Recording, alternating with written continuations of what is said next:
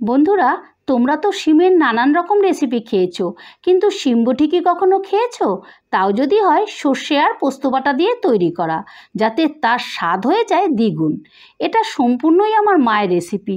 মা আজ নেই, তাই ভাবলাম বহুদিন পর নিজেই একবার এই সুস্বাদু রেসিপি তৈরি করে নিই আর তোমাদের সাথেও শেয়ার করি। নমস্কার বন্ধুরা, আমি সঞ্জু। আজকের রেসিপি শিম বটি। ঠিক আছে, তাহলে তোমরা দেখতে থাকো রেসিপিটা আমি ঠিক কিভাবে করছি। রান্নাটা করার জন্য আমি এখানে 300 গ্রাম শিম নিয়ে নিয়েছি।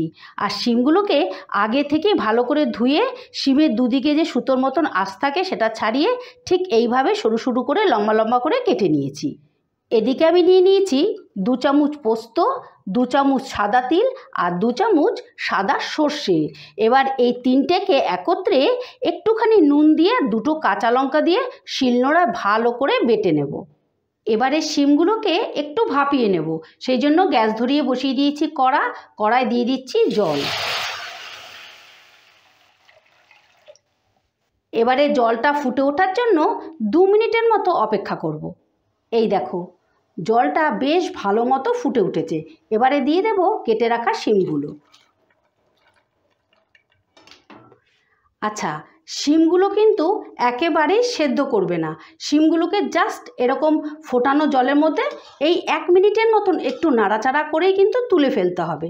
তাহলে কি হবে, শিমের মধ্যে যে একটা কাঁচা গন্ধ আছে সেটা আর থাকবে না। শিমগুলোকে 1 মিনিটের মতো নেড়ে চেড়ে এবারে আমি জল ঝরিয়ে তুলে নেব। এবারে ওই কড়াতেই দিয়ে দিচ্ছি তেল। এখানে আমি 2 চামচের মতন সর্ষের তেল দিলাম। তেলটা গরম হয়ে গেছে, তেলে দিয়ে দিচ্ছি ফোড়ন, দিয়ে দিচ্ছি অল্প একটু কালো জিরে আর দিয়ে দিলাম একটা শুকনো লঙ্কা। ফোড়নটা একটু নাড়া করে নিচ্ছি। এবারে দিয়ে দিচ্ছি পেঁয়াজ। এখানে আমি বড় সাইজের একটা পেঁয়াজকে এরকম সরু সরু করে কুচিয়ে নিয়েছি। এবারে পেঁয়াজটা আমি হালকা লাল করে ভেজে নেব।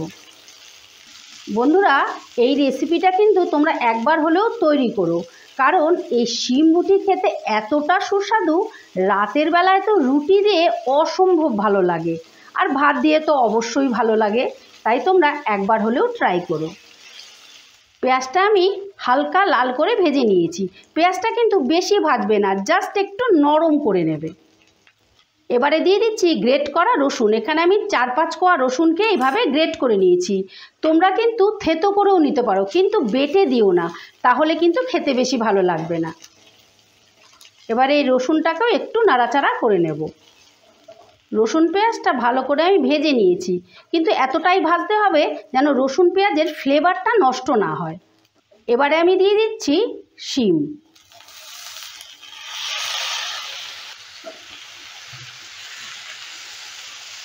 শিমটা একটু নাড়াচাড়া করে নিচ্ছি। শিমটা একটু নাড়াচাড়া করেই দিয়ে দিচ্ছি স্বাদ মতো নুন আর দিয়ে দিচ্ছি 1/2 চামচের মতন লঙ্কার গুঁড়ো। একটু লঙ্কার গুঁড়ো দেবে, তাহলে খেতে খুব ভালো হবে। এবারে সবটা দিয়ে আমি ভালো করে ভেজে নেব। বন্ধুরা, এই রান্নাটা কিন্তু আমার মায়ের। রান্নাটা যদিও সাধারণ, কিন্তু খেতে অসাধারণ। তাই তোমরা অবশ্যই একবার হলেও ট্রাই করো। আর খেয়ে যদি তোমাদের ভালো লেগে থাকে, তাহলে আমার ভিডিওটা লাইক, শেয়ার, কমেন্ট করে দিও প্লিজ। শিমগুলো আমি বেশ কিছুক্ষণ নাড়াচাড়া করে অনেকটা নরম করে নিয়েছি। প্রায় 50% ভাজা হয়ে গেছে। এইবারে আমি দিয়ে দিচ্ছি কাঁচা লঙ্কা কুচি। ঝালটা তোমরা তোমাদের স্বাদ মতো দিও। টেস্টের ব্যালেন্সের জন্য দিয়ে দিচ্ছি 1/2 চামচ চিনি। এবারে গ্যাসের আঁচটা মিডিয়ামে রেখে আমি শিমগুলোকে আবারও ভালো করে ভাজা ভাজা করে নেব। শিমগুলোকে ভালো করে ভেজে নিয়েছি। এবারে দিয়ে দিচ্ছি পোস্ত আর সর্ষে বাটাটা। বাটিটা ধুয়ে একটু জল দিয়ে দিলাম। এবারে বাটাটা দিয়ে ভালো করে মিশিয়ে নিচ্ছি। এই দেখো, পোস্ত বাটাটা দিয়েও আমি ভালো করে মিশিয়ে নিয়েছি। এবারে কি করবে, মাঝখানে অল্প একটু কাঁচা সর্ষের তেল দিয়ে দেবে। দিয়ে গ্যাসটা একেবারে লোতে রেখে এই 2 মিনিটের মতো ঢাকা দিয়ে দিতে হবে। 2 মিনিট বাদে ঢাকাটা তুলে নিলাম। এই সর্ষের তেল দেওয়াতে দারুণ একটা ঝাঁঝ এসছে। আর এই সর্ষের তেল দেওয়াতে সর্ষে আর পোস্ত বাটাটার কিন্তু ফ্লেভারটা দারুণ এসছে আর দারুণ টেস্টি হবে খেতে। এবারে ওপর থেকে দিয়ে দিচ্ছি বেশ খানিকটা ধনেপাতা। এবারে গ্যাসের আঁচটা অফ করে দিলাম।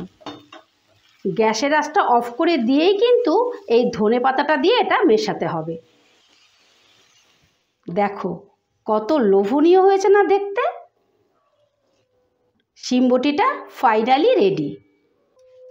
এবারে 2 মিনিটের মতো স্ট্যান্ডিং টাইমে রেখে তোমাদেরকে পরিবেশন করে দেখাচ্ছি। এই দেখো বন্ধুরা, শিম বটি ফাইনালি রেডি। আজকের ভিডিওটা ভালো লেগে থাকলে আমার চ্যানেলটা সাবস্ক্রাইব করে পাশে থাকার অনুরোধ রইল। আবার দেখা হচ্ছে নতুন কোনো ভিডিওতে। ঠিক আছে, টাটা।